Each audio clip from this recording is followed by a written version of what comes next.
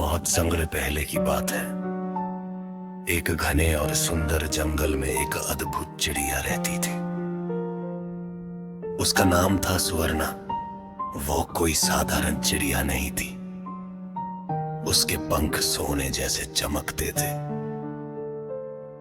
जब वह सूरज की रोशनी में उड़ती तो ऐसा लगता मानो आसमान में सोने की बारिश हो रही हो।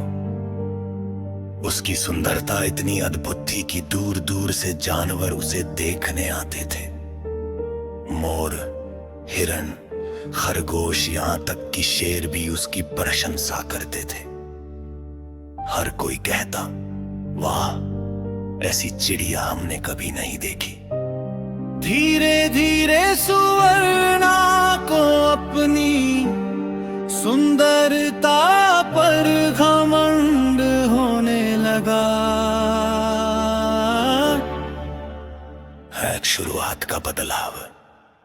पहले सुवर्णा बहुत दयालु और विनम्र थी। वो सबके साथ मिलजुल कर रहती थी और जरूरतमंदों की मदद भी करती थी।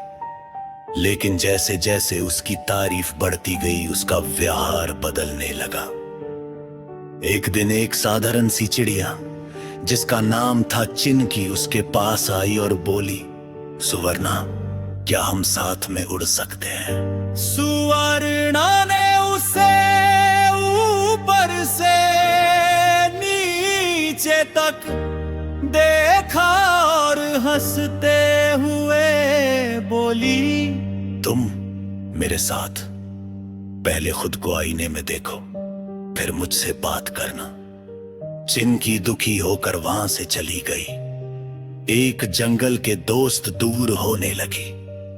धीरे धीरे सुवर्णा का घमंड बढ़ता गया। वो किसी से ठीक से बात नहीं करती थी। हिरन जब उससे बात करता तो वो कहती, तुम बहुत साधारण हो। बंदर जब मजाक करता तो वो कहती, मेरे पास तुम्हारे लिए समय नहीं।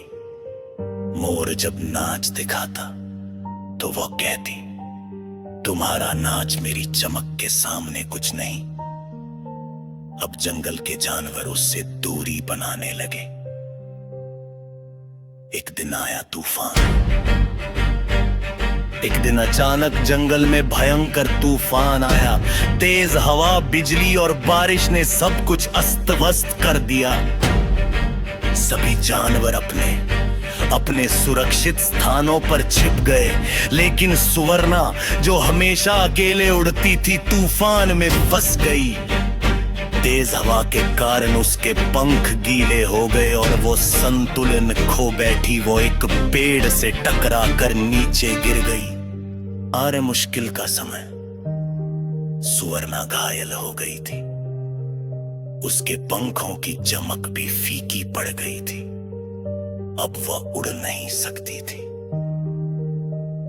वो दर्द में चिल्ला रही थी, कोई है, मेरी मदद करो। लेकिन कोई नहीं आया,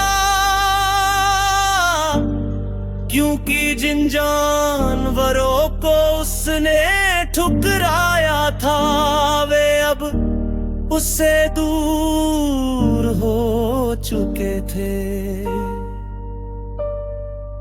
एक सच्चे दोस्त की पहचान। तभी छोटी चिड़िया चिनकी वहां आई। उसने सुवर्णा को देखा और तुरंत उसकी मदद करने लगी। चिनकी ने अपने छोटे छोटे पंखों से उसे सहारा दिया, उसे पानी पिलाया और उसके लिए दाने ला कर दिए। सुवर्णा हैरान थी। मैंने तुम्हारे साथ इतना बुरा व्यवहार किया, फिर भी तुम मेरी मदद क्यों कर रही हो? चिनकी मुस्कुराई और बोली, क्योंकि सच्चा दोस्त वही होता है जो बुरे समय में साथ दे। जी आत्मचिंतन। अब सुवर्णा को अपनी गलती का एहसास होने लगा। उसने सोचा, मैंने अपनी सुंदरता के घमंड में कितनों का दिल दुखाया। आज जब मुझे उनकी जरूरत है, कोई मेरे पास नहीं है सिवाय चिनकी के। उसकी आंखों से आंसू बहने लगे। हम माफी और बदलाव। कुछ दिनों में चिंकी की देखभाल से सुवर्णा ठीक होने लगी। एक दिन सुवर्णा ने सभी जानवरों को बुलाया और कहा, मुझे माफ कर दो, मैंने अपने घमंड में तुम्हें छोटा समझा, लेकिन आज मुझे समझ आया है कि असली सुंदरता दिल की होती है, न कि बाहरी चमक की। जंगल के जानवर पहले तो चुप रहे, लेकिन फिर हिरण आगे आए और बोला, अगर तुम्हें अपनी गलती का एहसास है तो हम तुम्हें माफ करते हैं। साथ नई शुरुआत। अब सुवर्णा पहले जैसी नहीं रही। वो सभी के साथ प्यार से रहती थी।